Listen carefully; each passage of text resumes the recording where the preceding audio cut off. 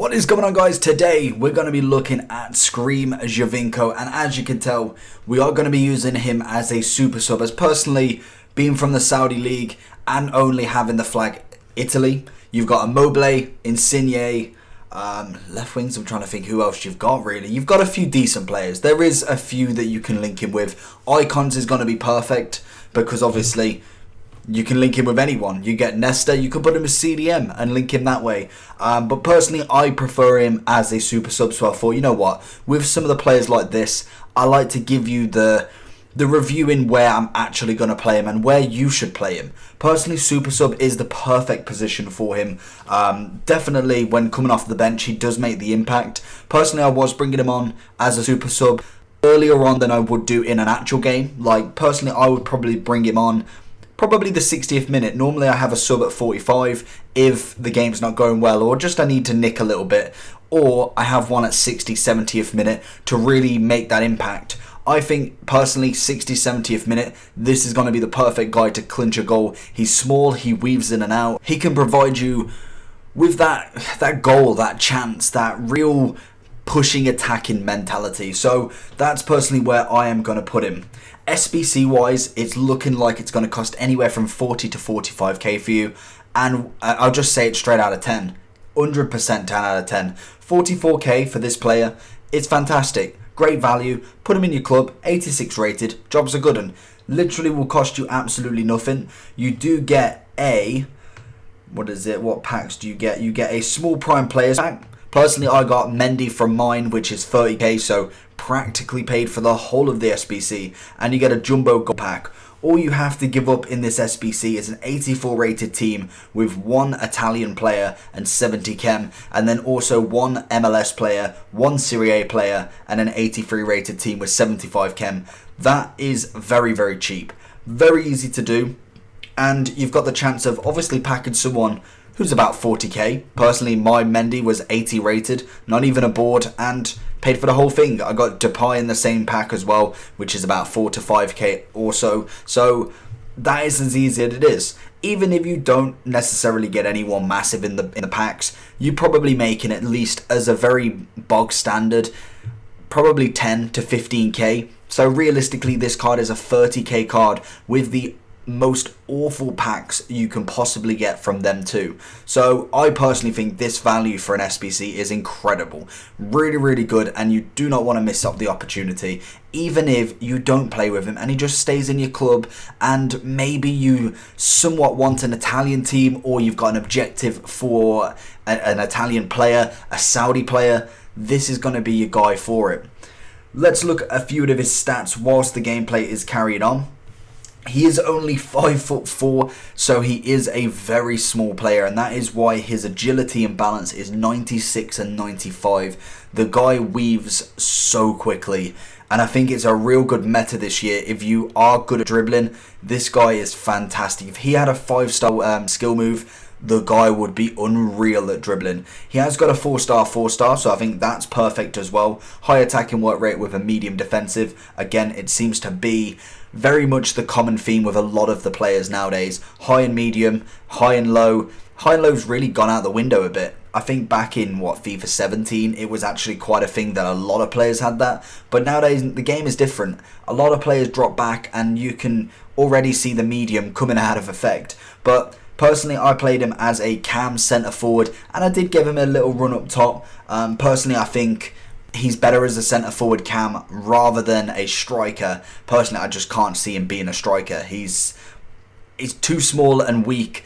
I think you're going to have to go with someone who gets in behind if you're going to put him as a striker, and not all the time that works. With the drop back mentality, I don't think playing through balls every single time is going to work. They'll figure it out and they'll just end up blocking, and then you're pretty much hoping for a ball for him to make a mistake, the ball to go through, and Givinco can get onto the end of it. Whereas a cam and centre forward, he makes more chances. He's decent at assisting, he's got a nice shot on him, and I think that's definitely where I would 100% put him. Chemistry style wise, he's got 83 pace, 86 shooting, 89 dribbling, 85 passing, and 58 physical. So you've got a couple of options. Personally, if you're going for that more of an assist player, definitely go Deadeye. I think that's 100% gonna help the game. It boosts his passing up to 91 and his shooting up to 96, which is a phenomenal stat for him. And it also boosts him up to a 90 rated centre forward.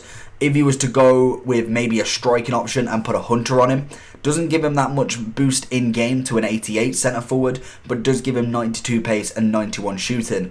And then if you wanted to kind of possibly go a little bit harder on dribbling, you've got the marksman that would again put him up to an 89 centre forward. Personally, Deadeye would be my choice, and it's the choice I actually chose for him. It really maxes out them passing stats. 99 free kick accuracy, which is very interesting. Personally, I'm not very good at free kicks, so it doesn't really affect me in that way. Gives him a 96 short pass, 99 curve, 93 vision, and also 82 crossing in case he finds himself on that wing. And apart from that, the guy was just nice to play with. He has got his limitations, don't get me wrong. He is only an 86 rated Scream card, so there is chances that you could probably play with someone better. Personally, Lacazette plays that centre forward cam role really well. Mbappe, I could imagine, again, plays it really well.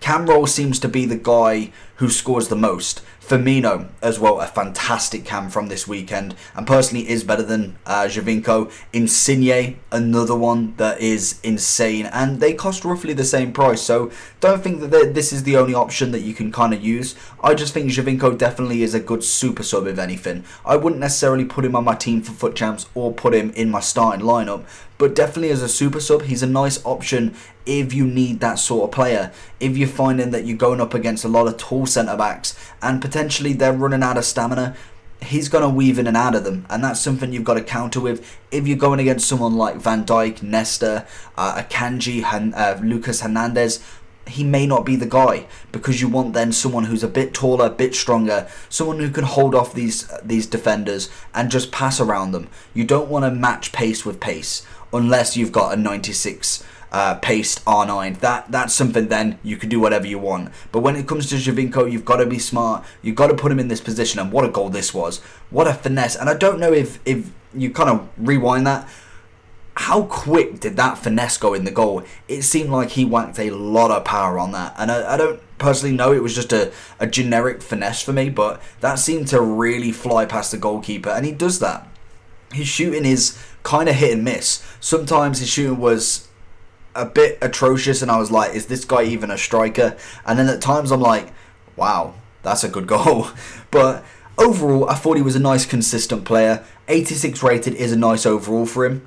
Personally, he's not going to make it into many starting teams, personally, unless they're for objectives. But overall, I was happy with him. I thought he was a good card. He's definitely worth the SBC at the very least. And there is a lot of players better than him. Personally, I do think he is better than Immobile. Immobile, again, is another strong player, and it's kind of bad that I've mixed him with Givinco.